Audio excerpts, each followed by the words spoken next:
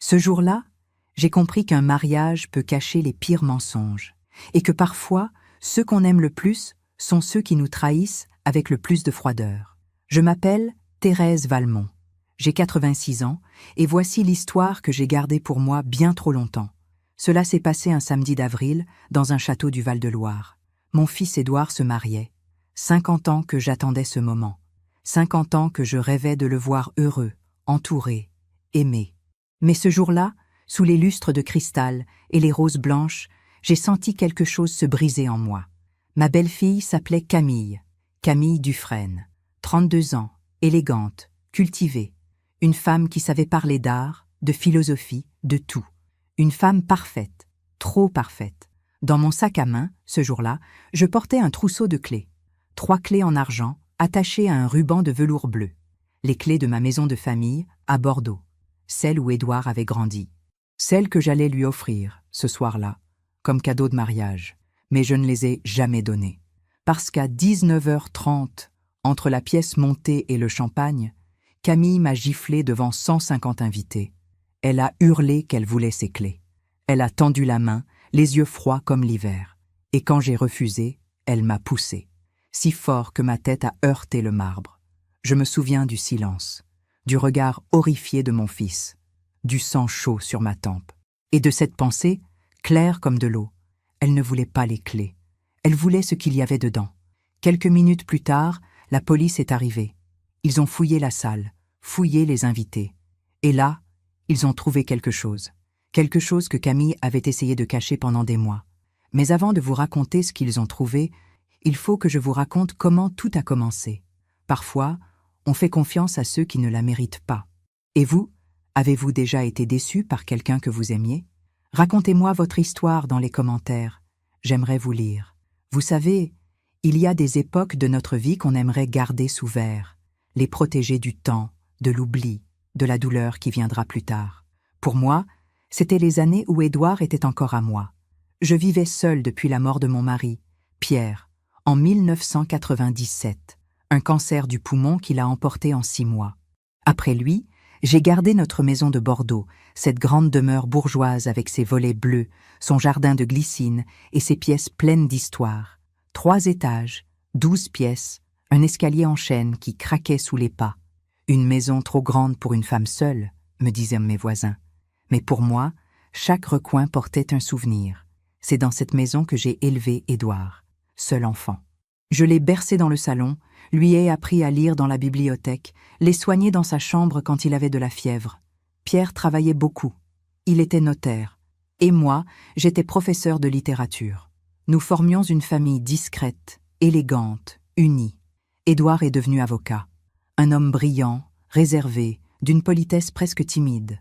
À 48 ans, il n'avait jamais été marié. Quelques relations, ici et là, mais rien de sérieux. Il me disait toujours « Maman, je n'ai pas encore trouvé la bonne personne. » Et puis, un jour de novembre 2023, il m'a téléphoné. « Maman, j'aimerais te présenter quelqu'un. » Sa voix tremblait un peu, comme celle d'un adolescent. J'ai souri. Mon fils était amoureux. Elle s'appelait Camille, Camille Dufresne. Ils se sont rencontrés lors d'un colloque juridique à Paris. Elle était consultante en gestion de patrimoine, spécialisée dans les successions et les biens immobiliers. Une femme cultivée, disait Édouard. Une femme qui comprenait son monde. Je les ai reçus à déjeuner un dimanche. J'avais préparé un gigot d'agneau aux herbes, comme Pierre aimait. J'avais sorti la porcelaine de Limoges, celle avec les roses dorées. J'avais mis des tulipes blanches dans le vase de cristal. Camille est arrivée en tailleur crème, des perles aux oreilles, un sourire éclatant.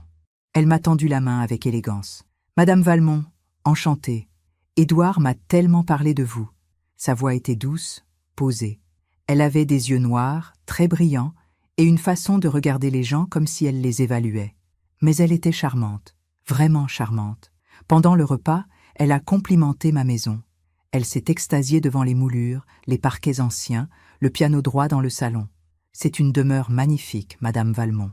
Une vraie maison de famille. Vous devez y être tellement attachée. Oui, ai-je répondu. C'est ici que j'ai tout vécu. Les joies, les peines, les saisons. Cette maison, c'est un peu mon âme. Elle a souri. Un sourire léger, presque tendre. J'aimerais tellement avoir un jour une maison comme celle-ci, un lieu où poser ses racines, où fonder une famille. Édouard la regardait avec adoration. Il était transfiguré. Je ne l'avais jamais vu comme ça. Après le déjeuner, Camille m'a aidé à débarrasser. Dans la cuisine, elle a posé sa main sur la mienne. « Madame Valmont, je veux que vous sachiez une chose.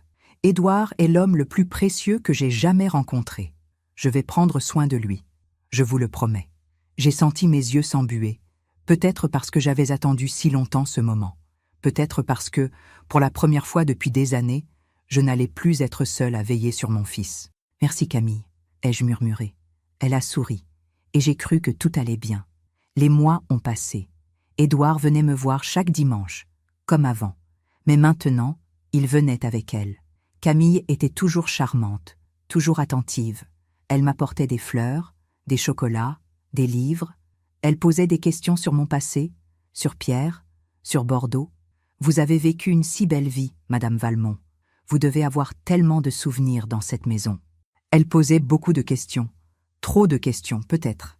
Un jour, elle m'a demandé si j'avais pensé à ce que je ferais de la maison, plus tard, quand vous ne serez plus là, avait-elle ajouté, avec une douceur presque maternelle. J'ai répondu que j'avais prévu de la léguer à Édouard. Naturellement. C'était sa maison, après tout. C'est une excellente idée, avait-elle dit. Mais vous savez, avec les nouvelles lois sur les successions, il faudrait peut-être organiser une donation de votre vivant, pour éviter les impôts. Je peux vous aider, si vous voulez. C'est mon métier. Elle me regardait avec bienveillance, avec cette lumière dans les yeux qu'ont les gens qui veulent t'aider. C'est gentil, Camille, mais j'ai déjà tout prévu avec mon notaire. Bien sûr, avait-elle dit en souriant. Mais ce jour-là, j'ai remarqué quelque chose. Un léger changement dans son regard, comme une ombre qui passe.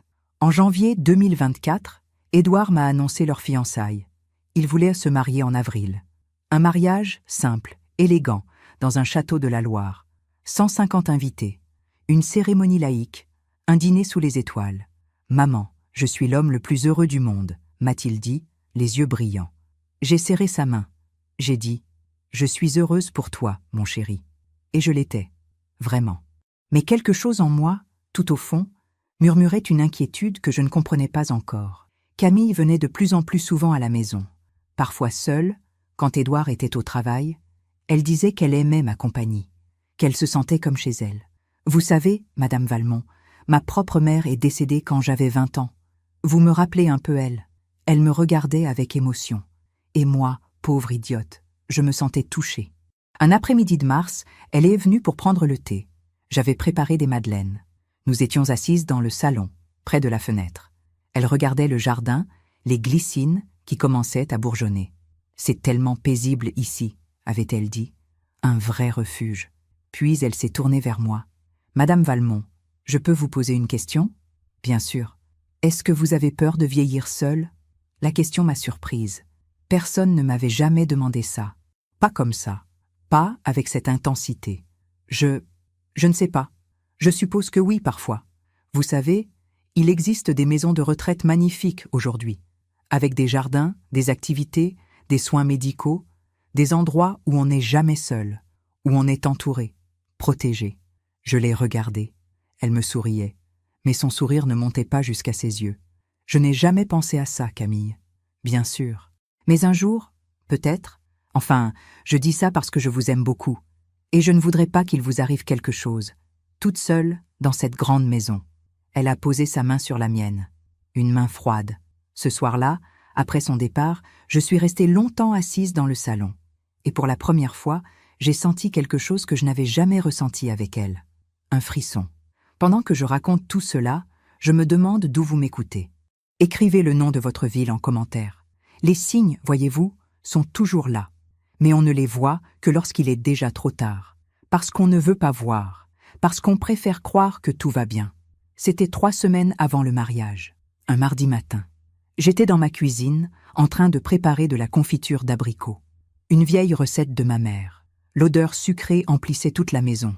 Le soleil entrait par la fenêtre. C'était un de ces moments simples, paisibles, où l'on se sent bien. Le téléphone a sonné. C'était Édouard. Sa voix était tendue. « Maman, tu as vu Camille ces derniers jours ?»« Non, pourquoi ?»« Elle m'a dit qu'elle était passée te voir samedi.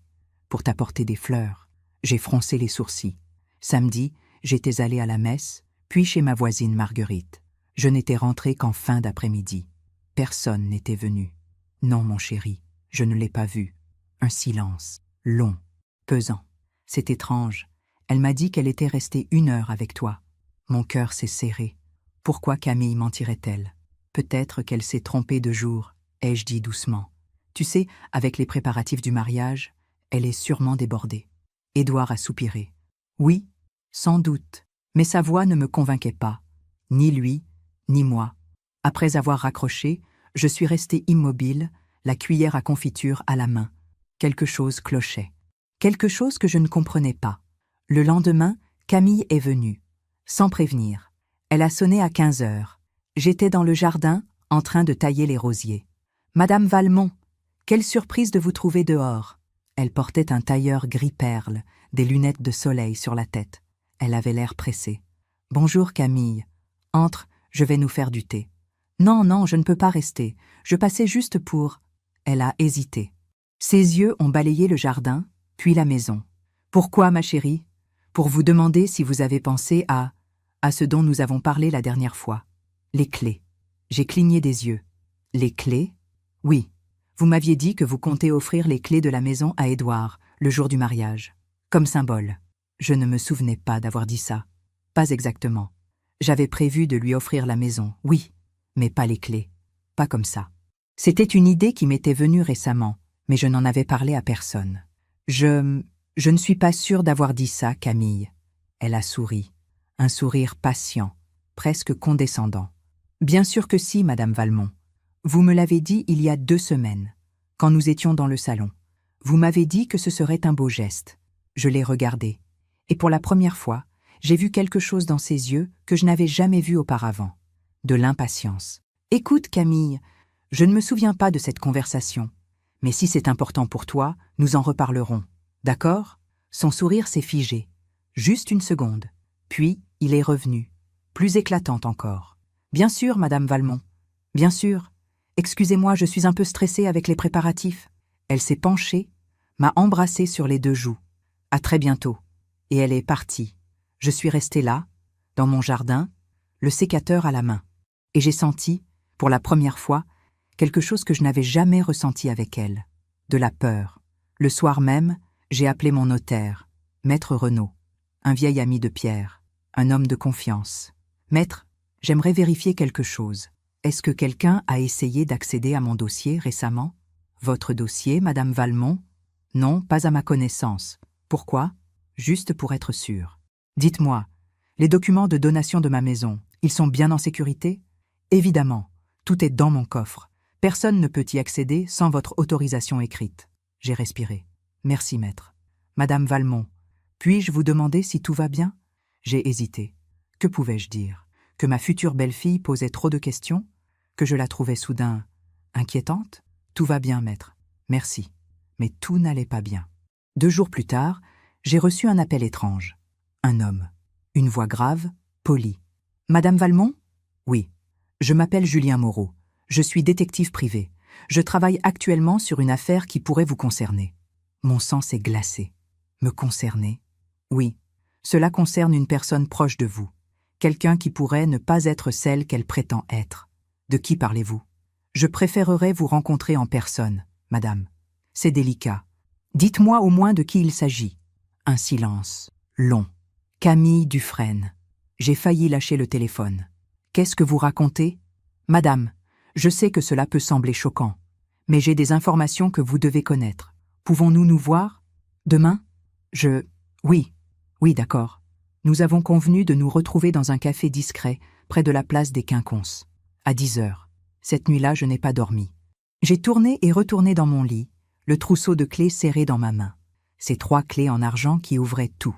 La porte d'entrée, le bureau de Pierre et la cave, où étaient rangés tous nos documents importants. Je les ai regardés longtemps, à la lueur de la lune.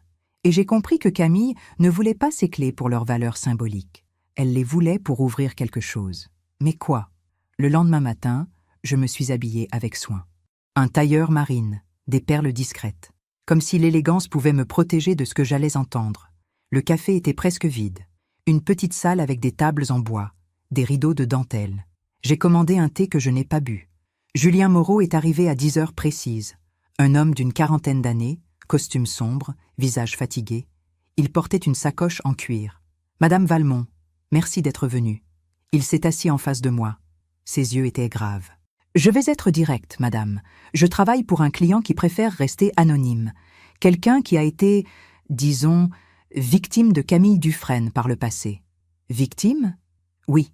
Camille Dufresne n'est pas consultante en gestion de patrimoine. Enfin, pas seulement, c'est une escroc. » Le mot a résonné comme une gifle. « Vous êtes sûr de ce que vous dites ? » « Absolument. » Il a ouvert sa sacoche, en a sorti une enveloppe Kraft. « Ce que je vais vous montrer n'est pas facile à voir. »« Mais vous devez savoir !» Il a posé l'enveloppe devant moi. Mes mains tremblaient. À l'intérieur, il y avait des photos. Des dizaines de photos. La première montrait Camille. Mais ce n'était pas la Camille que je connaissais. Sur la photo, elle portait des lunettes de soleil, un chapeau de paille, un bikini noir. Elle était sur une plage. « Cancun », disait la légende en bas de l'image. Février 2024. Février. Le mois où Édouard m'avait dit qu'elle était en déplacement professionnel à Lyon. Sur la photo suivante, elle n'était pas seule. Un homme, grand, brun, la trentaine, torse nu. Il l'embrassait dans le cou. Elle riait. J'ai senti mon estomac se retourner. Qui est cet homme? Il s'appelle Maxime Leclerc. Vous le connaissez? J'ai regardé le visage de l'homme. Quelque chose en lui me semblait familier. Puis, soudain, j'ai compris. C'est le parrain du mariage, le témoin de Camille. Julien Moreau a hoché la tête. Exactement. Officiellement, Maxime Leclerc est un vieil ami d'enfance de Camille. Mais en réalité, c'est son complice. Ils travaillent ensemble depuis 5 ans. Complice? Dans quoi? Dans des arnaques au mariage. J'ai cligné des yeux. Les mots n'avaient aucun sens. Des arnaques? Au mariage? Oui, madame. Camille repère des hommes d'âge mûr, célibataires, fortunés. Des hommes qui ont du patrimoine. Elle les séduit. Elle se fait passer pour la femme idéale. Et une fois qu'elle a leur confiance, elle organise un mariage. Pendant ce temps, Maxime Leclerc, qui se fait passer pour un ami de la famille, fouille dans les documents, cherche les failles juridiques, les comptes bancaires, les propriétés. Non, c'est impossible. Ma voix tremblait. Mes mains aussi. Madame Valmont, regardez les autres photos. J'ai tourné les pages. Chaque image était un coup de poignard. Camille et Maxime dans un restaurant chic. Camille et Maxime dans un hôtel de luxe. Camille et Maxime devant un notaire, signant des papiers. Sur une des photos, on voyait distinctement une enveloppe ouverte. À l'intérieur, des documents. Et sur l'un d'eux, je reconnaissais mon nom. Thérèse Valmont. Propriété 6 à Bordeaux. Valeur estimée. 1 200 000 €. J'ai eu l'impression que le sol se dérobait sous moi. Ils veulent ma maison. Oui, mais pas seulement. Julien Moreau a sorti une autre feuille. Un relevé bancaire. Pas le mien, celui d'Édouard. Votre fils a ouvert un compte joint avec Camille, il y a 3 mois. Elle lui a dit que c'était pour simplifier les dépenses du mariage. Mais regardez les mouvements. J'ai regardé. 3 virements. 50 000 €, 80 000 €, 120 000 €. Édouard a viré tout cet argent? Oui, pour soi-disant acheter un appartement à Paris. Un investissement. Mais cet appartement n'existe pas, madame. L'argent a été transféré sur un compte offshore. J'ai fermé les yeux. J'avais envie de vomir. Mon fils ne sait rien de tout ça? Je ne pense pas. Camille lui a certainement raconté une histoire plausible. Elle est très douée pour ça. Mais pourquoi? Pourquoi s'en prendre à Édouard? À moi? Julien Moreau a rangé les photos. Parce que vous avez ce qu'elle veut. Une maison de famille, un patrimoine stable. Et surtout, un fils qui vous fait confiance. Une fois mariée, elle aura accès à tout, légalement. Je me suis levée. J'avais besoin d'air. J'avais besoin de respirer. Qu'est-ce que je dois faire? Parlez à votre fils. Montrez-lui ses photos. Annulez le mariage. Et surtout, madame, surtout, ne lui donnez jamais ses clés. Je suis rentrée chez moi en taxi. Je ne pouvais pas conduire. Mes mains tremblaient trop. Dans le salon, je me suis assise sur le canapé. J'ai posé l'enveloppe devant moi et j'ai pleuré. Pleuré pour mon fils, pour sa naïveté, pour son bonheur brisé. Pleuré pour moi, pour ma stupidité, pour avoir laissé cette femme entrer dans notre vie. Et puis, J'ai pris mon téléphone. J'ai appelé Édouard. « Maman, tout va bien ?»« Non, mon chéri. Il faut que tu viennes. Tout de suite, c'est important. »« Qu'est-ce qui se passe ? Je ne peux pas t'en parler au téléphone. Viens, s'il te plaît. » Il est arrivé 1 heure plus tard, seul, sans Camille. Il m'a trouvé dans le salon, l'enveloppe sur les genoux. « Maman, tu me fais peur. Qu'est-ce qu'il y a ?» Je lui ai tendu l'enveloppe. « Regarde. » Il a ouvert. Il a regardé les photos, une à une. Son visage s'est décomposé. « C'est quoi ça ?»« La vérité, Édouard. La vérité sur Camille. » Il a secoué la tête. « Non, non, c'est un montage. C'est impossible. Mon chéri, écoute-moi. »« Non !» Il a jeté les photos par terre. « Qui t'a donné ça? Qui essaie de détruire mon mariage? »« Édouard, s'il te plaît. C'est toi, maman? C'est toi qui as engagé quelqu'un pour nous espionner? »« Non, Tu n'as jamais accepté Camille. Depuis le début, tu cherches des excuses pour la rejeter. Ce n'est pas vrai. Si, tu es jalouse. Tu ne supportes pas que j'ai enfin quelqu'un dans ma vie. » Ces mots m'ont transpercé comme des lames. « Édouard, je ne veux plus en entendre parler. Le mariage aura lieu, avec ou sans toi. » Il a claqué la porte. Je suis restée seule, dans le silence, avec les photos éparpillées sur le sol. Et j'ai compris quelque chose de terrible. Parfois, même ceux qu'on aime le plus ne nous croient pas. Je me demande encore si j'ai fait le bon choix. Et vous? Qu'auriez-vous fait à ma place? Les jours qui ont suivi ont été les plus longs de ma vie. Édouard ne m'a pas rappelé. Pas un message. Pas un mot. Le silence entre nous était comme un mur de glace. Et moi je restais là, dans cette grande maison vide, avec les photos étalées sur la table du salon, me demandant si j'avais tout perdu. J'ai essayé de le joindre. 3 fois, 4 fois, 10 fois. Chaque fois, il ne répondait pas. La 11e fois, c'est Camille qui a décroché. « Madame Valmont. » Sa voix était froide, glaciale. « Camille, je voudrais parler à Édouard. Édouard ne veut pas vous parler. Il est très blessé. Vous comprenez, j'espère. S'il te plaît, laisse-moi lui expliquer. » « Expliquez quoi, Madame Valmont? Que vous avez engagé un détective pour nous espionner? Que vous êtes prête à tout pour saboter notre mariage? Ce n'est pas ce qui s'est passé. Vraiment? Alors comment expliquez-vous ces photos, ces accusations? » J'ai serré le téléphone. « Camille, ces photos sont vraies. Toi et Maxime, vous... » Elle a ri. Un rire sec, méprisant. Ces photos sont sorties de leur contexte. Maxime est mon cousin, Madame Valmont. Mon cousin. Nous étions en vacances en famille à Cancun. Mais bien sûr, un détective sans scrupules peut transformer n'importe quelle image en preuve d'infidélité. Ton cousin? Oui. Vous ne m'avez jamais posé la question d'ailleurs. Vous n'avez jamais cherché à me connaître vraiment. Vous m'avez jugé dès le premier jour. Sa voix tremblait maintenant, comme si elle allait pleurer. J'ai tout fait pour gagner votre confiance, Madame Valmont. J'ai été respectueuse, attentionnée. J'ai essayé de vous aimer comme une mère. Et voilà comment vous me remerciez. Je ne savais plus quoi dire. Elle était si convaincante, si crédible. Camille, Non, c'est terminé. Édouard et moi nous marions dans 10 jours. Et franchement, Madame Valmont, je ne suis pas sûre que votre présence soit souhaitable. Elle a raccroché. Je suis restée là, le téléphone dans la main, le cœur en morceaux. Et si elle disait la vérité? Et si Maxime était vraiment son cousin? Et si j'avais tout imaginé? Non, non, impossible. J'ai repris l'enveloppe. J'ai relu les documents, les relevés bancaires, les virements, les noms des comptes offshore. Ce n'était pas une histoire de famille. C'était une arnaque. Et je devais le prouver. Le lendemain, je suis retournée voir Julien Moreau. « Monsieur Moreau, j'ai besoin de plus de preuves, des preuves irréfutables. » Il a soupiré. « Madame Valmont, je vous ai donné tout ce que j'avais. Le reste, c'est à la police de s'en occuper.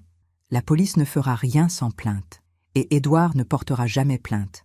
Il refuse de me croire. Alors que voulez-vous faire ?» J'ai serré mon sac à main.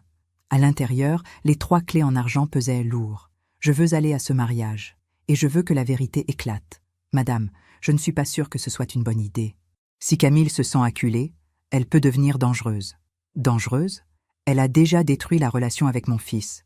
Que peut-elle me faire de pire? Julien Moreau m'a regardé longtemps. D'accord, mais je viens avec vous. En discret. Au cas où. Les jours ont passé. Lentement. Douloureusement.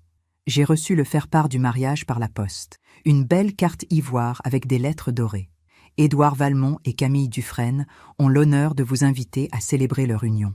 Samedi 27 avril 2024, Château de Blois, vin d'honneur à 17h, dîner à 20h. Au dos, une note manuscrite.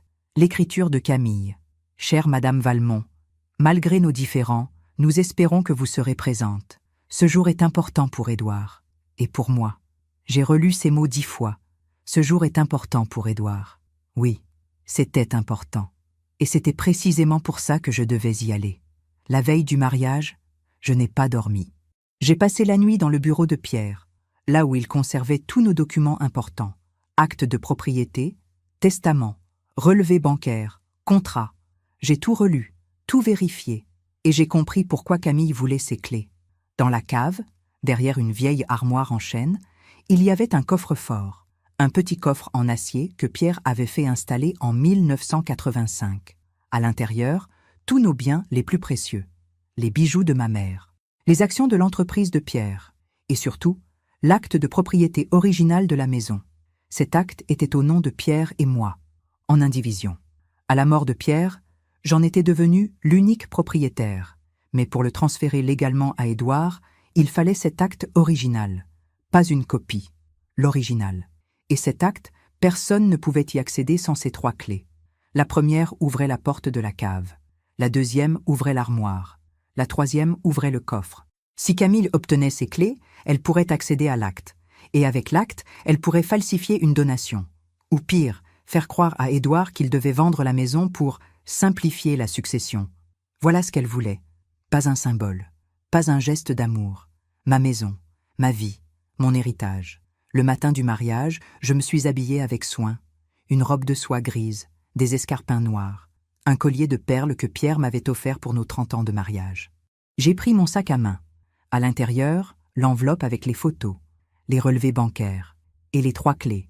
Je les ai regardées longtemps, ces clés. Elles brillaient dans la lumière du matin. Puis, je les ai mises autour de mon cou, sur un ruban de velours bleu, sous ma robe. Personne ne les verrait, mais je les sentirais, contre ma peau, contre mon cœur. J'ai appelé un taxi. Je ne voulais pas conduire. Je savais que ce qui allait se passer aujourd'hui changerait tout. Le château de Blois était magnifique, des roses blanches partout, des guirlandes de lumière, une scène en plein air, face au jardin à la française, 150 invités, des serveurs en costume, du champagne dans des coupes en cristal. Je suis arrivée à 17h, discrètement. Je me suis installée au fond, près des colonnes. Édouard était déjà là, en costume 3 pièces marines. Il parlait avec des invités, il souriait. Mais je voyais, moi, que son sourire ne montait pas jusqu'à ses yeux. Il m'a vue. Nos regards se sont croisés. J'ai vu de la surprise, de la colère, et aussi, peut-être, un peu de soulagement. Mais il n'est pas venu me parler. Camille est apparue quelques minutes plus tard. Une robe blanche en dentelle, un voile léger. Elle était éblouissante. Tous les invités l'ont applaudie. Elle a embrassé Édouard. Puis elle a regardé autour d'elle. Et elle m'a vue. Son sourire a disparu. Juste une seconde. Puis il est revenu, encore plus éclatant. Elle s'est dirigée vers moi. « Madame Valmont, quelle joie de vous voir. » Sa voix était douce, mais ses yeux étaient durs. « Bonjour Camille. Vous avez l'air fatiguée. Vous allez bien ?»« Très bien, merci. » Elle s'est penchée vers moi, tout près, comme pour m'embrasser. Et elle a murmuré, si bas que personne d'autre ne pouvait entendre, « Vous avez apporté les clés ?» Mon sang s'est glacé. « Qui ? Quelles clés ? Ne jouez pas à ça avec moi, Madame Valmont. Les clés de votre maison. Vous les avez promises à Édouard. Je n'ai rien promis. » Son sourire s'est durci. « Vous savez, ce serait dommage de gâcher cette belle journée. Pour Édouard, il est si heureux. Camille, donnez-moi les clés, et tout se passera bien. » Non. Elle a reculé. Son regard a changé, comme si un masque tombait. « Vous allez le regretter. » Et elle est partie. La cérémonie a commencé à 18h. Les invités se sont installés sur les chaises blanches. Un violoniste jouait. Le soleil descendait doucement sur les jardins. Édouard et Camille se sont avancés vers l'officiant. J'étais au dernier rang, les mains serrées sur mon sac. L'officiant a commencé son discours. « Nous sommes réunis aujourd'hui pour célébrer l'union de 2 âmes. » J'ai regardé mon fils. Il avait les yeux brillants. Il aimait cette femme, vraiment. Et moi, j'allais briser son cœur. Mais je n'avais pas le choix. Quand l'officiant a demandé « Si quelqu'un s'oppose à cette union, qu'il parle maintenant ou se taise à jamais, j'ai senti tous les regards se tourner vers moi. Mais je n'ai rien dit, parce que je savais que mes mots ne serviraient à rien. Il fallait que la vérité vienne d'ailleurs. Le dîner a commencé à 20h, sous une grande tente blanche, des tables rondes avec des nappes de lin, des bougies partout, de la musique douce. Je me suis assise à une table près de l'entrée, seule. Camille et Édouard étaient à la table d'honneur. Elle riait, elle portait des toasts, elle jouait son rôle à la perfection. Maxime Leclerc, le soi-disant parrain, était assis à côté d'elle. Il la regardait avec intensité. Trop d'intensité pour un simple cousin.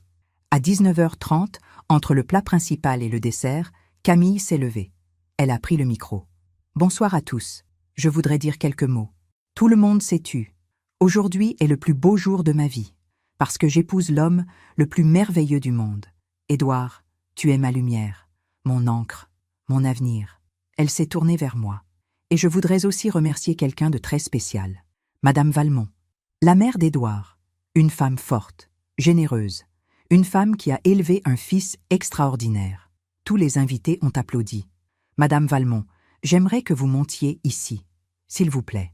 Mon cœur s'est arrêté. Montez, Madame Valmont. Je me suis levée, lentement. Tous les regards étaient sur moi. Je me suis avancée vers l'estrade. Camille m'a tendu la main. Je l'ai prise. Madame Valmont, dit-elle en souriant, je sais que vous aviez prévu d'offrir quelque chose de très précieux à Édouard aujourd'hui. Les clés de votre maison. Un geste magnifique, symbolique. Les invités ont murmuré. Certains ont souri. Alors voilà, devant tout le monde, je vous demande, voulez-vous offrir ces clés à votre fils? Le silence était total. Je l'ai regardée.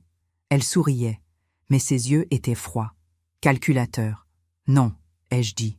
Le sourire de Camille s'est figé. Pardon? J'ai dit non. Madame Valmont, je ne comprends pas. Moi, si. Et c'est là que tout a basculé. Camille m'a attrapé le bras. Fort. Donnez-moi ces clés. Lâchez-moi. Donnez-les-moi. Et elle m'a giflé. Devant 150 invités, le bruit de sa main sur ma joue a résonné comme un coup de feu. Puis elle a hurlé. Je veux ces clés. Donnez-moi ces clés. Édouard s'est levé d'un bond. Camille, qu'est-ce que tu fais? Ta mère me les a promises. Elle doit me les donner. Maman ne t'a rien promis. Si, elle l'a fait. Elle était hystérique. Elle criait, elle me secouait. Et puis elle m'a poussé, si fort, si violemment. Je suis tombée en arrière. Ma tête a heurté le sol de marbre. J'ai entendu un craquement, sec, terrible. Puis tout est devenu noir. Quand j'ai ouvert les yeux, j'ai vu des lumières qui dansaient, des visages flous, des voix lointaines. Madame Valmont, vous m'entendez? Appelez une ambulance. Mon Dieu, elle saigne. J'ai porté la main à ma tempe. Mes doigts sont revenus rouges. Du sang, mon sang. Puis j'ai vu Édouard. Il était à genoux à côté de moi, le visage défait. Maman! Maman, ne bouge pas! Les secours arrivent! J'ai essayé de parler. Ma voix était faible. Édouard! Chut! Ne parle pas. Tout va bien. Mais tout n'allait pas bien. Derrière lui, je voyais Camille, debout, immobile, les mains sur la bouche. Elle regardait autour d'elle, les yeux écarquillés, comme si elle réalisait soudain ce qu'elle venait de faire. Maxime Leclerc était à côté d'elle. Il lui parlait à l'oreille. Vite, avec urgence. Il faut partir, maintenant. Je ne peux pas? Si, tout de suite. Mais c'était trop tard. Les sirènes ont retenti à l'extérieur du château. Pas une ambulance. La police. 2 voitures sont entrées dans la cour. 4 policiers en sont sortis. Un homme en civil les accompagnait. Julien Moreau. Il m'avait dit qu'il viendrait discrètement. Et il avait tenu parole. Quand Camille m'avait giflé, il avait immédiatement appelé la police. Le brigadier-chef s'est avancé vers nous. « Que s'est-il passé ici ?» Édouard s'est levé. « Ma mère est tombée. Elle a besoin de soins. S'il vous plaît, les secours arrivent, monsieur. Mais nous avons reçu un signalement pour violence. » Il a regardé Camille. « Madame, c'est vous qui avez frappé cette femme ?» Camille a secoué la tête. Elle tremblait. « Non, c'était un accident. Elle a glissé. Ce n'est pas ce que les témoins disent. » Plusieurs invités s'étaient avancés. Une femme en robe rouge a pris la parole. « Je l'ai vue, elle l'a giflée, puis elle l'a poussée, violemment. C'est faux, a crié Camille. Maxime Leclerc a voulu s'éloigner discrètement, mais un policier l'a intercepté. Monsieur, restez ici, s'il vous plaît. Je ne suis pas concerné. Je suis juste un invité. Julien Moreau s'est approché du brigadier-chef. Il lui a tendu une enveloppe. Brigadier, je pense que vous devriez voir ceci. Le brigadier a ouvert l'enveloppe. Il a regardé les photos. Son visage s'est durci. Madame Dufresne, nous devons vous poser quelques questions. Je n'ai rien à dire. Madame, vous avez agressé une femme de 86 ans. Vous êtes en état d'arrestation. Camille a reculé. Non, c'est un malentendu. Édouard s'est interposé. Attendez, qu'est-ce qui se passe? Pourquoi vous l'arrêtez? Le brigadier lui a tendu les photos. Monsieur, regardez. Édouard a pris les photos. Il les a regardées, une à une. Son visage s'est décomposé. C'est quoi ça? Votre fiancé et cet homme, à Cancun, en février dernier. Édouard a regardé Maxime, puis Camille. Camille, dis-moi que ce n'est pas vrai. Camille a ouvert la bouche, mais aucun mot n'est sorti. Dis-moi que ce n'est pas vrai. Elle a fondu en larmes. Édouard, je peux tout expliquer. Explique. C'est mon cousin. Je te l'ai dit. Ton cousin? Maxime Leclerc a baissé la tête. Camille, arrête. C'est fini. Oh, tais-toi. Non, c'est fini. Il s'est tourné vers le brigadier. Elle ment. Je ne suis pas son cousin. Je suis son associé. Le silence était total. Édouard a fait un pas vers Maxime. Votre associé? Dans quoi? Maxime a hésité. Puis il a dit, d'une voix basse, dans des arnaques au mariage. Le monde s'est effondré. Édouard s'est tourné vers Camille. Son regard était vide, comme celui d'un homme qui vient de perdre tout ce en quoi il croyait. Camille, dis-moi qu'il ment. Édouard, dis-le-moi. Elle pleurait, mais ses larmes ne changeaient rien. Je t'aimais, Édouard. Je te le jure. Au début, c'était juste une mission. Mais après, je suis tombée amoureuse de toi. Une mission? Oui. Quelle mission? Elle n'a pas répondu. Le brigadier-chef s'est approché d'elle. Madame Dufresne, nous devons fouiller vos affaires. Non, vous n'avez pas le droit. Si, nous avons un mandat. 2 policiers se sont avancés. L'un d'eux a demandé à Camille de vider son sac à main. Elle a refusé. Madame, si vous ne coopérez pas, nous devrons procéder par la force. Camille a jeté son sac par terre. Allez-y, fouillez, vous ne trouverez rien. Le policier a ouvert le sac. Il a sorti un portefeuille, un téléphone, des clés, du maquillage, rien d'anormal. Puis, il a demandé « Madame, pouvez-vous vider vos poches ?»« Je n'ai pas de poche, c'est une robe. »« Alors, soulevez votre robe, s'il vous plaît. »« Quoi ? Il y a une poche cachée dans le tissu. Nous la voyons. » Camille est devenue blanche. Je ne sais pas de quoi vous parlez. Madame, s'il vous plaît. » Elle a reculé, mais un policier l'a saisie par le bras. « Lâchez-moi !» Et c'est là que c'est arrivé. Pendant qu'elle se débattait, quelque chose est tombé de sa robe. Un petit objet noir. Il a roulé sur le sol de marbre. Un clé USB. Le brigadier l'a ramassé. « Qu'est-ce que c'est ? » ?»« Rien, c'est personnel. » »« Nous verrons. » 15 minutes plus tard, un ordinateur portable avait été apporté. Le brigadier a inséré la clé USB. Tous les invités regardaient, en silence, comme dans un tribunal. Les fichiers sont apparus sur l'écran. Des photos, des dizaines de photos. Camille et Maxime à Cancun, dans un hôtel de luxe, au bord d'une piscine, dans un restaurant. Mais ce n'était pas tout. Il y avait aussi des documents, des contrats, des relevés bancaires, des plans, et un fichier intitulé « Opération Valmont ». Le brigadier l'a ouvert. À l'intérieur, un dossier complet, le nom d'Édouard, sa date de naissance, son patrimoine estimé, son compte bancaire, son adresse, et mon nom, Thérèse Valmont, avec une note, propriétaire d'une maison bourgeoise à Bordeaux. Valeur, 1 200 000 €. Veuve, âgée, isolée. Objectif, obtenir les clés de la propriété. Accéder au coffre-fort. Récupérer l'acte de propriété original. Convaincre le fils de vendre la maison après mariage. Partage du bénéfice. 50-50. Édouard lisait, lentement. Chaque mot était un coup de poignard. Il s'est tourné vers Camille. Tu as tout prévu. Depuis le début. Édouard, tout. Le colloque, la rencontre, les repas chez ma mère, les questions sur la maison. Tout était faux. Non, mes sentiments étaient vrais. Tes sentiments? Il a montré l'écran. Tu as évalué ma mère comme une cible. Tu as planifié de lui voler sa maison. Je ne voulais pas lui faire de mal. Tu l'as giflée. Tu l'as poussée. Elle est à terre, elle saigne, et toi, tu es là à mentir. Camille s'est effondrée. Elle est tombée à genoux. Pardon, pardon, pardon, pardon. Mais ses excuses ne changeaient rien. Le brigadier s'est tourné vers moi. J'étais toujours assise par terre, le dos contre un pilier. Une femme avait posé une serviette sur ma tempe pour arrêter le saignement. « Madame Valmont, comment vous sentez-vous » Je vais bien. L'ambulance arrive. Mais avant, j'aimerais vous poser une question. Oui. Vous avez ces clés, n'est-ce pas? Les clés dont elle parlait. J'ai porté la main à mon cou. Sous ma robe, le ruban de velours bleu était toujours là, avec les 3 clés. Oui, je les ai. Pourquoi les vouliez-vous tant? A demandé le brigadier à Camille. Elle n'a pas répondu. Maxime Leclerc, lui, a parlé. Parce que sans ces clés, impossible d'accéder au coffre-fort. Et sans le coffre, impossible de récupérer l'acte de propriété original. Camille avait prévu de convaincre Édouard de vendre la maison après le mariage, pour, soi-disant, investir dans un projet immobilier à Paris. Mais en réalité, l'argent aurait été transféré sur nos comptes offshore. Combien? 1 200 000 €, moins les frais. Environ 1 million net, à partager. Édouard était livide. Vous avez vraiment fait ça?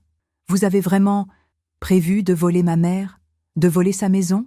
De détruire sa vie? Édouard, ce n'est pas... Tais-toi. Il s'est tourné vers moi. Il avait les larmes aux yeux. Maman, pardon. Pardon de ne pas t'avoir cru. Pardon d'avoir douté de toi. Pardon. Il est tombé à genoux à côté de moi. Et il a pleuré. Je l'ai pris dans mes bras. Ce n'est pas ta faute, mon chéri. Ce n'est pas ta faute. Camille et Maxime ont été emmenés par la police. Les invités sont partis. En silence. Choqués. Horrifiés. Le mariage était terminé. Avant même d'avoir commencé. L'ambulance est arrivée. Les secouristes m'ont examiné. J'avais une plaie à la tempe, mais rien de grave. Ils m'ont bandé. Ils voulaient m'emmener à l'hôpital. Non, ai-je dit. Je veux rentrer chez moi. Édouard m'a accompagné. Il n'a pas dit un mot pendant tout le trajet.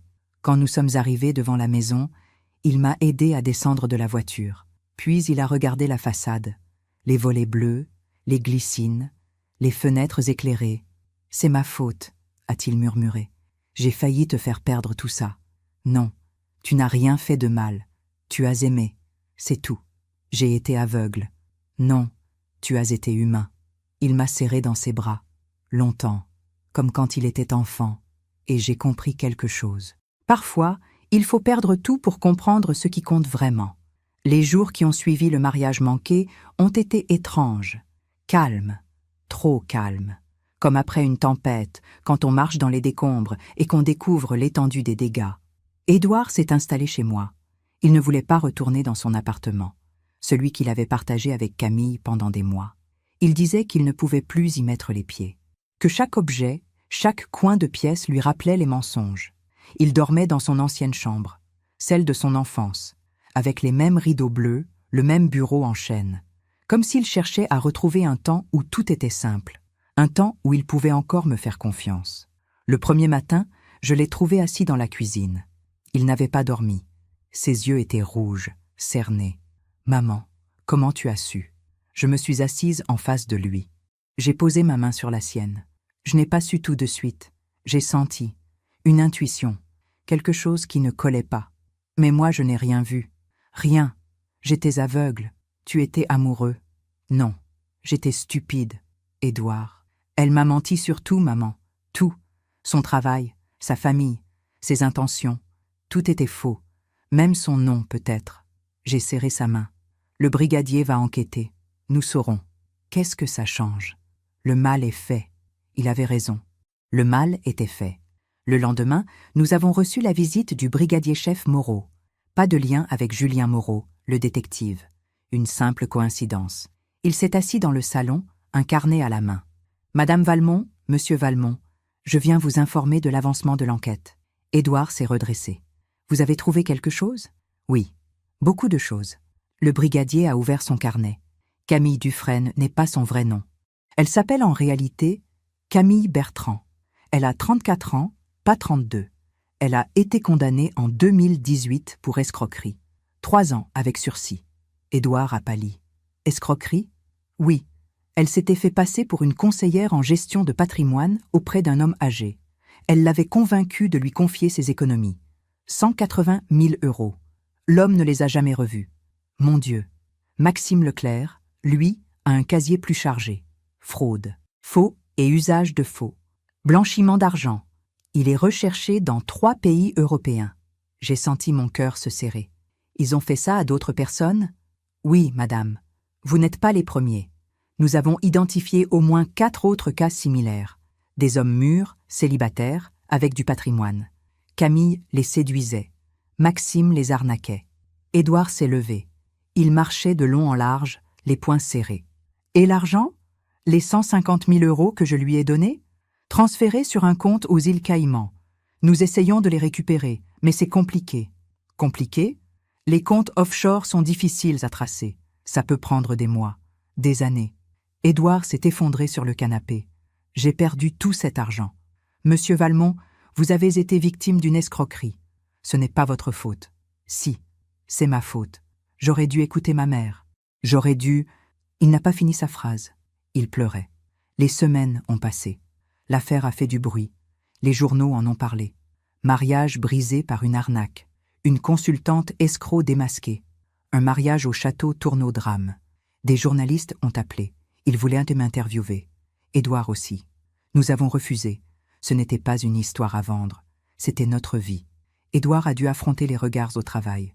Les collègues qui chuchotèrent dans son dos. Les clients qui posèrent des questions. Il tenait bon. Mais je voyais, moi, que chaque jour l'usait un peu plus.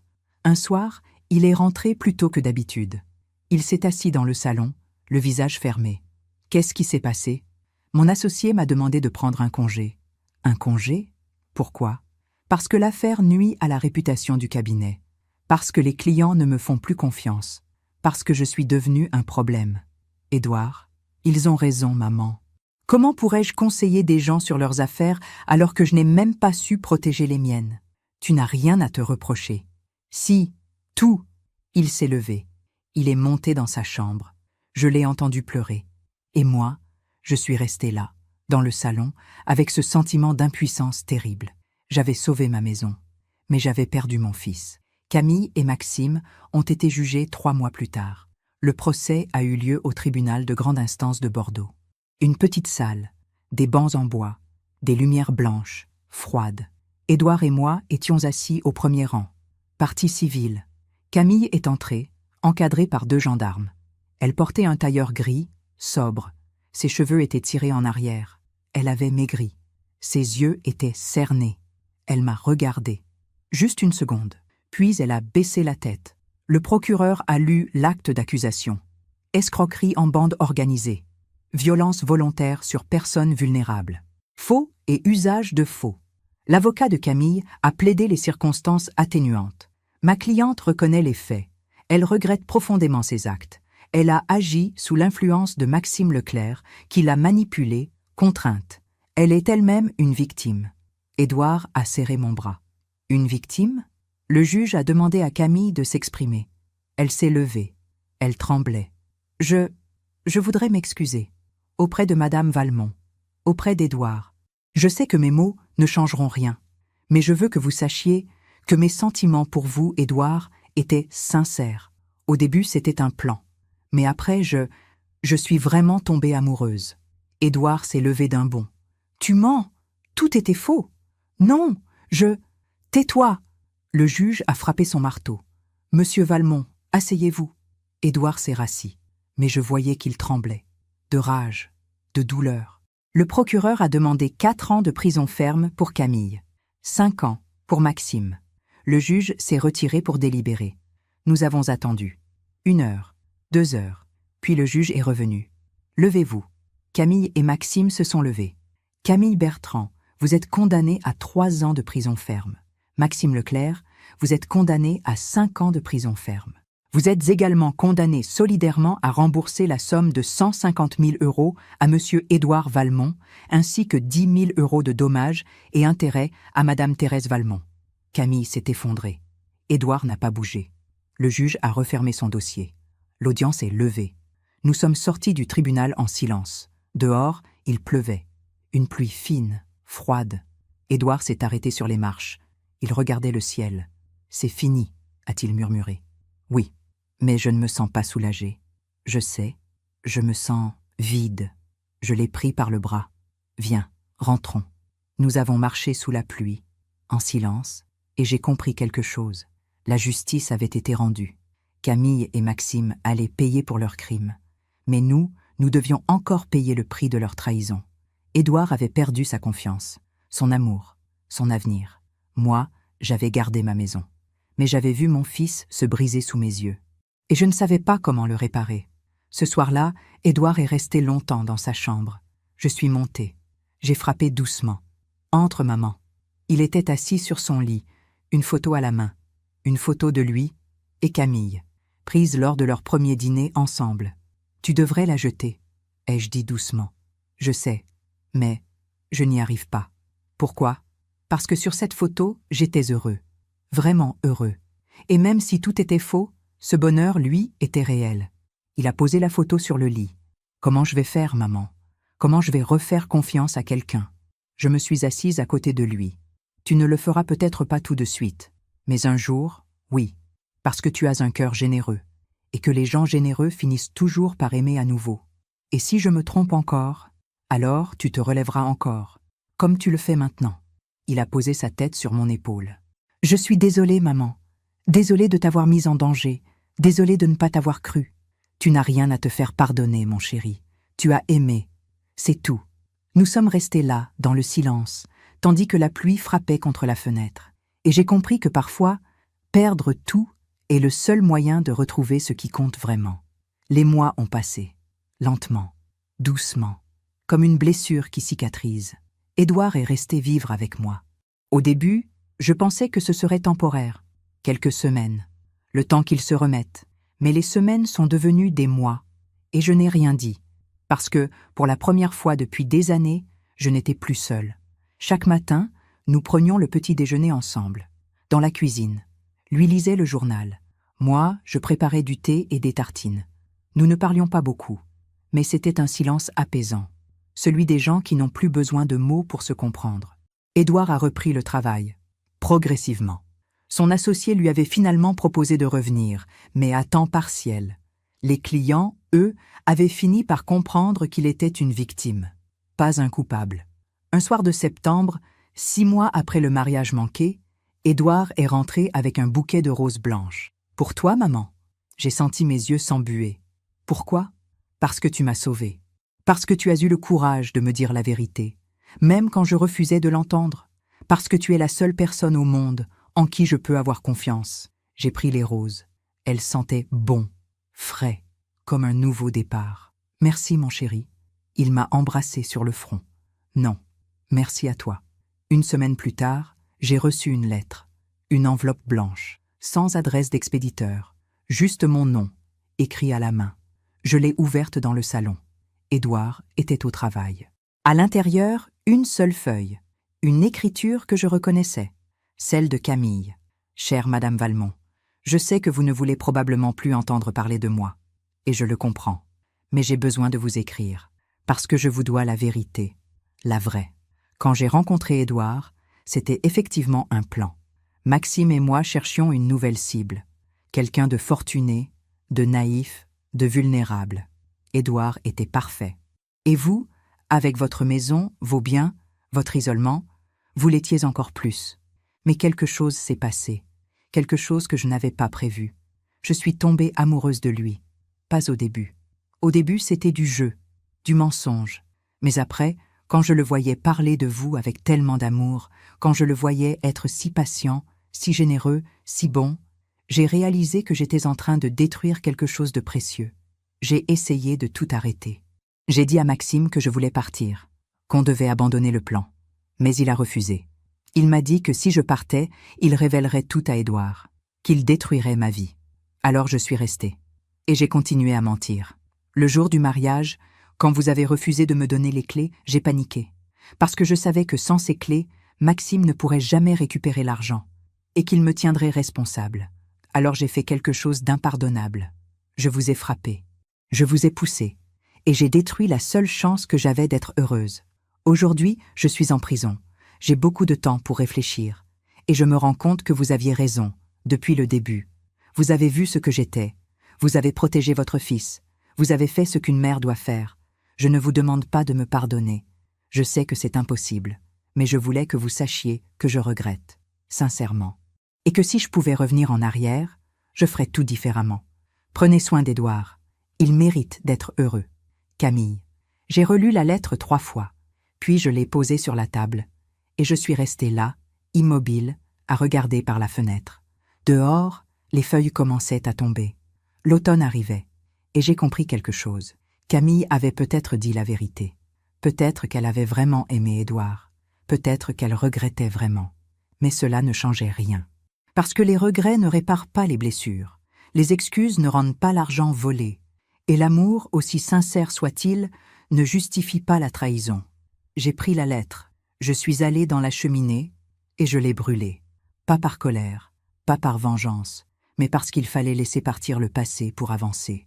Le soir même, Édouard est rentré. Il m'a trouvée dans le jardin. J'étais en train de tailler les rosiers. « Maman, tout va bien ?»« Oui, mon chéri, très bien. » Il s'est assis sur le banc de pierre. Il regardait les glycines. J'ai pensé à quelque chose. « Quoi donc ?»« J'aimerais qu'on fasse quelque chose ensemble.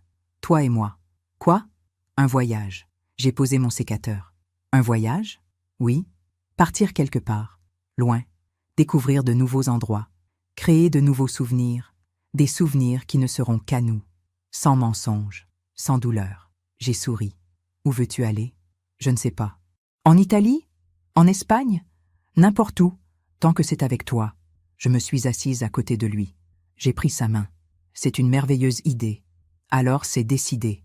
On part le mois prochain. » Nous sommes restés là, main dans la main, à regarder le soleil se coucher sur le jardin. Et pour la première fois depuis longtemps, j'ai senti quelque chose que j'avais oublié. De l'espoir. 2 semaines plus tard, j'ai pris une décision. Une décision qui me trottait dans la tête depuis des mois. J'ai appelé Maître Renaud, mon notaire. « Maître, j'aimerais modifier mon testament. »« Bien sûr, Madame Valmont. Que souhaitez-vous changer ?»« Je veux léguer ma maison à Édouard. Officiellement, maintenant, de mon vivant. »« Une donation ? » ?»« Oui. Je veux qu'il soit propriétaire de cette maison dès aujourd'hui. »« Madame, vous êtes sûre ? C'est un geste important et irréversible. J'en suis certaine. Puis-je vous demander pourquoi maintenant ? J'ai regardé par la fenêtre. Dehors, Édouard jardinait. Il plantait des bulbes de tulipes pour le printemps. Parce que cette maison n'a de sens que si elle est habitée par ceux qu'on aime. Et parce que j'ai compris que le plus beau cadeau qu'on peut faire à ses enfants, ce n'est pas de leur laisser quelque chose après sa mort. C'est de leur donner quelque chose pendant qu'on est encore là pour le partager avec eux. Maître Renaud est resté silencieux un instant. « Ah, c'est une très belle façon de voir les choses, Madame Valmont. Je prépare les documents. » Le jour de la signature, Édouard était avec moi dans le bureau du notaire. Il ne savait pas pourquoi je l'avais emmené. Maître Renaud a posé les documents devant nous. « Madame Valmont, voici l'acte de donation. Vous cédez la pleine propriété de votre maison située à Bordeaux à votre fils, Édouard Valmont, avec réserve d'usufruit. C'est-à-dire que vous continuez à y vivre aussi longtemps que vous le souhaitez, mais légalement, la maison lui appartient. » Édouard m'a regardé, les yeux écarquillés. « Maman, qu'est-ce que... »« Je te donne la maison, mon chéri. »« Non, non, je ne peux pas accepter. »« Si, tu peux, et tu vas le faire. Mais pourquoi maintenant ?» J'ai pris sa main. « Parce que Camille voulait cette maison pour de mauvaises raisons, pour l'argent, pour le profit. Mais toi, tu la mérites pour les bonnes raisons. Parce que c'est ta maison, celle où tu as grandi, celle où ton père t'a appris à marcher, celle où j'ai veillé sur toi toutes ces années.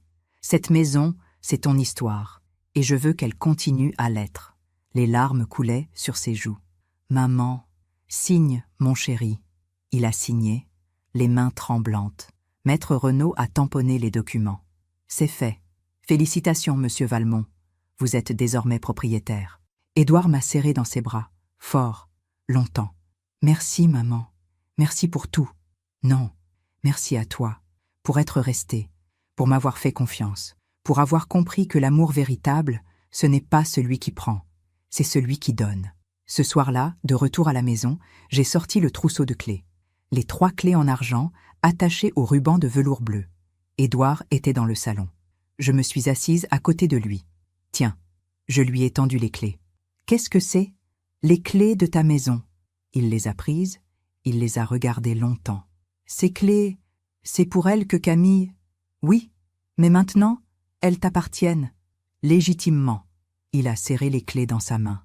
Je ne sais pas quoi dire. Ne dis rien. Garde-les. Protège-les. Et un jour, quand tu auras des enfants, tu les leur donneras. Comme je te les donne aujourd'hui. Il a posé sa tête sur mon épaule. Je t'aime, maman. Je t'aime aussi, mon chéri. Nous sommes restés là, en silence, tandis que la nuit tombait sur le jardin. Et j'ai compris quelque chose de profond. La vraie victoire, ce n'était pas d'avoir empêché Camille de prendre la maison. La vraie victoire, c'était d'avoir donné cette maison par amour, et non par obligation. C'était d'avoir transformé une menace en don, une trahison en transmission. Et j'ai su à cet instant que le temps ferait le reste. Que la vie, tôt ou tard, rend toujours ce qu'on lui donne. 3 ans ont passé. 3 années qui ont changé beaucoup de choses. Édouard s'est reconstruit. Lentement, patiemment.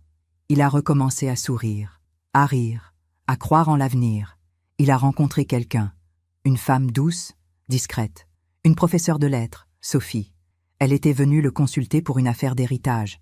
Ils avaient en parlé. Puis, ils s'étaient revus, pour un café, puis pour un dîner. Et un jour, il me l'a présentée. « Maman, voici Sophie. Une femme aux yeux clairs, au sourire sincère. Pas de bijoux voyants, pas de discours trop parfaits. Juste une personne vraie. Nous avons parlé de livres, de jardins, de recettes de confiture. Et j'ai vu, dans le regard d'Édouard, quelque chose que je n'avais plus vu depuis longtemps. De la sérénité. Sophie est différente, maman, m'a-t-il dit un soir. Elle ne me demande rien. Elle ne cherche rien. Elle est juste là, présente. C'est exactement ce dont tu as besoin. Oui, et tu sais quoi? Je n'ai plus peur. Avant, j'avais peur d'aimer, peur de me tromper encore. Mais avec elle, je n'ai pas peur, parce que je sais reconnaître la vérité maintenant. Il avait appris, et c'était la plus belle des victoires. Moi, j'ai continué à vivre dans la maison. Même si elle appartenait désormais à Édouard, elle restait la mienne. Notre accord était simple. Je vivais ici aussi longtemps que je le souhaitais. Et quand je partirais, elle deviendrait entièrement à lui. J'avais 89 ans maintenant. Ma santé était bonne. Je jardinais toujours. Je lisais. Je recevais mes amis pour le thé. Marguerite, ma voisine, venait chaque jeudi. Nous parlions de tout et de rien. Du temps qui passe, des saisons qui changent. « Tu es heureuse, Thérèse ?» m'a-t-elle demandé un jour. Oui, plus que je ne l'ai été depuis longtemps. Même après tout ce qui s'est passé, justement. Parce que tout ce qui s'est passé m'a appris ce qui compte vraiment. Et qu'est-ce qui compte? La vérité, l'amour vrai, et le temps qui révèle tout. Elle a hoché la tête. Tu as raison. Le temps finit toujours par rendre ce qu'on lui donne. Et elle avait raison. Un matin de novembre, 3 ans après le mariage manqué, j'ai reçu un coup de fil. Une voix que je ne connaissais pas. Une femme. Madame Valmont? Oui, je m'appelle Claire Moreau. Je suis assistante sociale au centre pénitentiaire de Gradignan. Mon cœur s'est serré. Gradignan. C'était là que Camille purgeait sa peine. Oui, je vous appelle au sujet de Camille Bertrand. Elle m'a demandé de vous contacter. Pourquoi faire? Elle aimerait vous voir. Un silence. Long. Elle veut me voir? Oui. Elle dit qu'elle a quelque chose d'important à vous dire. Avant quoi? Avant sa libération. Elle sort dans 2 semaines. J'ai fermé les yeux. Camille allait sortir de prison. Madame Valmont, vous êtes toujours là? Oui, je vais réfléchir. Bien sûr. Prenez votre temps. Elle m'a donné un numéro. Et elle a raccroché. Je suis restée là, le téléphone à la main, le cœur battant. J'en ai parlé à Édouard le soir même. Camille veut te voir? Oui. Pourquoi? Je ne sais pas. L'assistante sociale dit qu'elle a quelque chose d'important à me dire. Édouard a secoué la tête. N'y va pas, maman. Elle ne mérite pas ton attention. Peut-être, mais... Mais quoi? Je veux voir. Je veux voir ce qu'elle est devenue. Pourquoi? J'ai hésité. Comment lui expliquer? Parce que pendant 3 ans, elle a été une ombre dans ma tête, une question sans réponse. Et je veux fermer ce chapitre, définitivement. Édouard m'a regardé longtemps. Tu es sûr? Oui. Alors j'y vais avec toi. Non. C'est quelque chose que je dois faire seul. 2 jours plus tard, je me suis rendu au centre pénitentiaire de Gradignan. Un bâtiment gris, froid, entouré de murs hauts. Des barreaux partout, des portes qui se ferment avec un bruit métallique. On m'a fouillé, on a vérifié mes papiers, puis on m'a conduite dans une petite salle. Une table, 2 chaises, une fenêtre avec des barreaux. J'ai attendu. Et puis elle est entrée. Camille. Mais ce n'était plus la Camille que j'avais connue. Ses cheveux, autrefois brillants, étaient ternes, coupés courts. Son visage était marqué, des cernes profonds, des rides autour des yeux. Elle avait maigri, beaucoup. Ses vêtements flottaient sur elle. Un pantalon gris, un pull informe. Elle s'est assise en face de moi. Elle n'a pas levé les yeux. « Madame Valmont, merci d'être venue. » Sa voix était basse, brisée. « Bonjour Camille. » Un silence. « Vous allez bien? »« Oui, et toi ?» Elle a souri. Un sourire triste, sans joie. « Non, je ne vais pas bien. »« Que voulais-tu me dire ?» Elle a levé les yeux. Et j'ai vu quelque chose que je n'avais jamais vu chez elle. Du vide. « Je voulais vous dire que j'ai tout perdu. Tout. »« Comment ça ?»« Maxime m'a trahi. En prison, il a témoigné contre moi. Il a dit que j'étais le cerveau de toute l'opération, que c'était mon idée, pour réduire sa peine. Et c'était vrai? Non, c'était lui. Tout a toujours été lui. Mais personne ne m'a cru. Alors j'ai pris 3 ans. Lui, il en a pris 5, mais il est dans une prison différente. Et il a négocié sa sortie anticipée. Il sera libre dans 6 mois. Et ensuite, elle a ri. Un rire amer. Ensuite, rien. Je n'ai plus rien. Plus de travail. Plus de famille. Ma mère ne veut plus me parler. Mon frère m'a renié. Je n'ai nulle part où aller. Personne qui m'attend. Et Édouard, elle a baissé la tête. Je lui ai écrit. 10 fois. 20 fois. Il n'a jamais répondu. Que voulais-tu qu'il te dise? Qu'il me pardonnait? Qu'il comprenait? Que j'avais compté pour lui? Ne serait-ce qu'un peu. J'ai regardé cette femme qui avait failli détruire ma vie, qui avait brisé le cœur de mon fils, qui avait menti, manipulé, volé. Et maintenant, elle était là, seule, perdue, détruite. « Camille, » ai-je dit doucement, « je ne peux pas te donner ce que tu cherches. Je sais, tu as fait des choix. Et ces choix ont des conséquences. Je sais. Édouard ne te répondra jamais, parce qu'il a tourné la page. Il a refait sa vie. Il est heureux, et il ne veut plus entendre parler de toi. » Les larmes coulaient sur ses joues. Je comprends. Mais je veux que tu saches quelque chose. Elle a levé les yeux. Quoi? Je ne te souhaite pas de mal, Camille. Je ne me réjouis pas de te voir comme ça. Mais je ne peux pas te plaindre non plus. Parce que tout ce qui t'arrive, c'est le résultat de tes propres actions. Vous avez raison. La vie finit toujours par rendre ce qu'on lui donne. Si tu donnes du mensonge, tu reçois de la solitude. Si tu donnes de la trahison, tu reçois de l'abandon. C'est la loi du temps. Elle a hoché la tête. Elle pleurait en silence. Qu'est-ce que je vais devenir, Madame Valmont? Je ne sais pas. Mais si tu veux avoir une chance de te reconstruire, tu dois commencer par dire la vérité. La vraie vérité. À toi-même et aux autres. J'ai essayé. Personne ne me croit. Alors continue d'essayer, jusqu'à ce que quelqu'un t'écoute. Je me suis levé. Au revoir, Camille. Madame Valmont? Je me suis retourné. Oui? Est-ce qu'Édouard? Est-ce qu'il est heureux? J'ai hésité, puis j'ai dit « Oui, il est heureux, vraiment heureux. » Elle a fermé les yeux. Une larme a glissé sur sa joue. « Merci, c'est tout ce que je voulais savoir. » Je suis partie. Dans la voiture, sur le chemin du retour, j'ai repensé à cette rencontre, à cette femme que j'avais vue 3 ans plus tôt, élégante, confiante, manipulatrice, et à celle que je venais de quitter, brisée, seule, perdue. La vie avait fait son travail. Camille avait voulu prendre ma maison, mon fils, ma vie. Et maintenant, elle n'avait plus rien. Pas de maison, pas d'amour, pas de futur. Je n'ai pas ressenti de joie, ni de satisfaction, juste une forme de paix. La paix de savoir que la justice avait été rendue. Pas par moi, pas par vengeance, mais par le temps, par la vie elle-même. Le soir même, Édouard m'a demandé comment s'était passée la visite. Elle est détruite, ai-je dit simplement. Bien, Édouard. Non, maman, elle a eu ce qu'elle méritait. Je sais. Mais je ne peux pas m'empêcher de penser que la vie est cruelle parfois.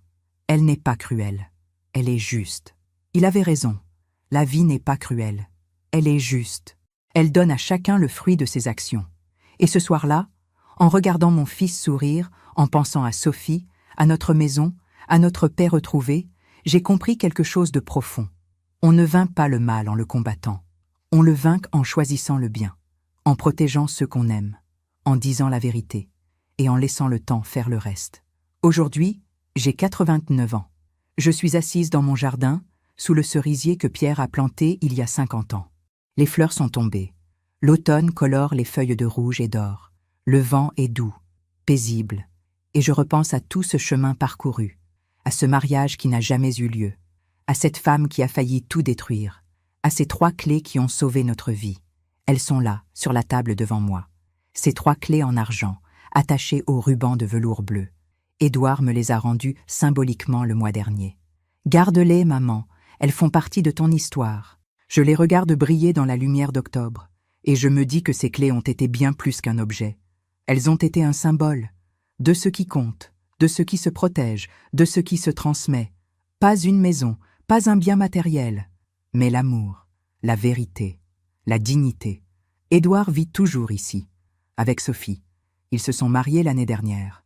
Une petite cérémonie, intime, sincère, dans le jardin de cette maison. Pas de château, pas de 150 invités, juste nous, quelques amis, les gens qui comptent vraiment. Sophie portait une robe simple, couleur ivoire, pas de voile, pas de dentelle, juste elle, vraie, présente. Quand Édouard a dit oui, j'ai vu ses yeux briller. Pas de peur, pas de doute, juste de la certitude. Il avait enfin trouvé ce qu'il cherchait. Quelqu'un qu'il aimait pour ce qu'il était, pas pour ce qu'il possédait. Sophie est enceinte maintenant. 3 mois. Un petit garçon, nous a dit le médecin. Édouard est transformé. Il parle déjà de transmettre, de raconter, d'enseigner. Maman, je veux qu'il grandisse ici, dans cette maison, comme moi.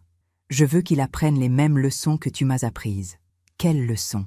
Que l'amour véritable ne ment pas, que la famille se protège, que le temps révèle toujours la vérité, et que parfois, il faut avoir le courage de dire non, même à ceux qu'on aime. J'ai souri. Tu as bien appris. C'est toi qui m'as appris, en refusant de me donner ces clés. En me montrant que protéger quelqu'un, ce n'est pas toujours lui obéir. C'est parfois le contrarier, pour son bien. Il m'a embrassé sur le front. Merci, maman, pour tout. Il y a quelques jours, j'ai reçu une lettre, encore une fois, mais pas de Camille, de Maxime Leclerc. Lui aussi était sorti de prison. Mais contrairement à Camille, il n'avait rien appris. Dans sa lettre, il s'excusait. Il disait qu'il regrettait, qu'il avait changé, et il demandait de l'argent. Pour, soi-disant, se reconstruire. Juste quelques milliers d'euros, Madame Valmont, pour repartir de zéro. Je vous promets de tout vous rendre. J'ai déchiré la lettre sans répondre. Parce que certaines personnes ne changeront jamais, et qu'on ne doit rien à ceux qui ont essayé de nous détruire. Camille, elle, a disparu. Personne ne sait où elle est. Édouard a essayé de se renseigner par curiosité. Mais aucune trace, pas d'adresse, pas de travail, pas de contact. Elle a peut-être quitté la France, peut-être qu'elle a changé de nom, peut-être qu'elle refait la même chose ailleurs, ou peut-être qu'elle a compris et qu'elle essaie vraiment de se reconstruire. Je ne le saurai jamais, et au fond, cela n'a plus d'importance, parce que cette histoire n'est plus la sienne. Elle est la mienne, et celle d'Édouard. Et nous avons choisi de ne pas nous laisser définir par ce qu'elle nous a fait. Nous avons choisi de nous relever, de pardonner. Pas elle peut-être, mais nous-mêmes, pour avoir fait confiance, pour avoir aimé. Parce que l'amour, même trahi, n'est jamais une erreur. C'est une leçon. Parfois, quand je me promène dans les rues de Bordeaux, je croise des femmes de mon âge. Certaines me sourient, d'autres me racontent leur vie, leur peine, leur trahison. Beaucoup m'ont dit « Vous avez eu de la chance, Madame Valmont, d'avoir eu le courage de refuser. Moi, je n'aurais pas pu. » Et je leur réponds toujours la même chose. Ce n'est pas du courage, c'est de l'instinct. L'instinct d'une mère qui sent le danger. Et cet instinct, toutes les femmes l'ont. Il suffit de l'écouter. Parce que c'est vrai. Nous savons, toujours, au fond de nous, quand quelque chose ne va pas, quand quelqu'un ment, quand un amour n'est pas sincère, mais parfois, on préfère ne pas voir, parce que voir, c'est accepter de perdre, de souffrir, de tout remettre en question. Alors on ferme les yeux, et c'est là que le mal s'installe. Aujourd'hui, quand je regarde en arrière, je me dis que tout a eu un sens. La douleur, la trahison, les larmes, les doutes, tout cela m'a appris quelque chose, que la vie n'est pas faite pour plaire à tout le monde, pour tout accepter, pour tout pardonner sans condition. La vie est faite pour se protéger, pour protéger ceux qu'on aime, pour dire la vérité, même quand elle fait mal. Et surtout, pour avoir foi en une chose, que le temps fait toujours justice, pas immédiatement, pas de façon spectaculaire, mais lentement, sûrement, profondément. Ceux qui mentent finissent seuls, ceux qui trahissent finissent trahis, ceux qui volent finissent démunis, et ceux qui aiment, vraiment, finissent entourés. Hier, Édouard m'a demandé « Maman, si tu pouvais revenir en arrière, tu changerais quelque chose ?» J'ai réfléchi longtemps. Non, je ne changerais rien.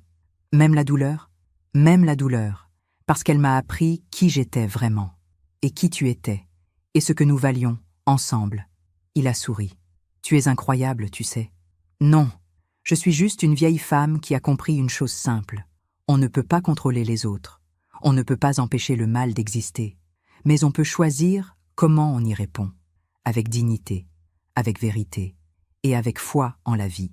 Ce soir, je vais poser ces 3 clés dans un petit coffret de bois, avec une lettre pour mon petit-fils, celui qui va naître. Je vais lui raconter cette histoire, pour qu'il comprenne, pour qu'il sache que dans la vie, il y aura toujours des gens qui chercheront à profiter de lui, à le manipuler, à lui prendre ce qu'il a de plus précieux, mais qu'il a le droit de dire non, qu'il a le droit de protéger ce qui compte, et qu'il ne doit jamais avoir honte d'avoir aimé. Même si cet amour était faux, parce que l'amour sincère, lui, ne ment pas. Et quand on le trouve, on le reconnaît tout de suite, parce qu'il ne demande rien. Il donne tout. Si mon histoire aide ne serait-ce qu'une femme à ouvrir les yeux, à refuser ce qui ne va pas, à protéger ce qu'elle aime, alors tout cela aura eu un sens. Si mon histoire aide ne serait-ce qu'un fils à comprendre que parfois sa mère a raison, même quand il ne veut pas l'entendre, alors tout cela aura eu un sens. Si mon histoire aide ne serait-ce qu'une personne à croire que oui, la vie est juste, que oui, le temps rend toujours ce qu'on lui donne, alors tout cela aura eu un sens, parce que c'est vrai. Je l'ai vu, je l'ai vécu, et aujourd'hui, à 89 ans, je peux le dire avec certitude. La vie finit toujours par rendre ce qu'on lui donne. Si vous donnez de l'amour, vous recevrez de l'amour. Si vous donnez de la vérité, vous recevrez de la paix. Et si vous donnez du mensonge, eh bien, vous recevrez ce que Camille a reçu. Le vide, la solitude, le regret. Le soleil se couche maintenant. Le jardin est baigné de lumière dorée. Édouard et Sophie sont dans la cuisine, ils préparent le dîner. Je les entends rire. Je ferme les yeux. Je respire l'odeur des feuilles mortes, de la terre humide, du temps qui passe, et je souris. Parce que malgré tout, malgré la douleur, malgré la trahison, nous avons gagné. Pas contre Camille, ni contre Maxime, mais contre la peur, contre le doute, contre le mensonge. Nous avons gagné en restant nous-mêmes, en protégeant ce qui compte, en croyant en la vérité. Et ça, personne ne pourra jamais nous l'enlever. Merci de m'avoir écouté jusqu'au bout. Si cette histoire a touché votre cœur, abonnez-vous et activez la cloche pour entendre d'autres femmes qui ont transformé la douleur en sagesse. Chaque jour, une femme, une leçon de vie. Partagez cette histoire avec quelqu'un que vous aimez. Parfois, une histoire change toute une journée. Que Dieu vous bénisse et à très bientôt.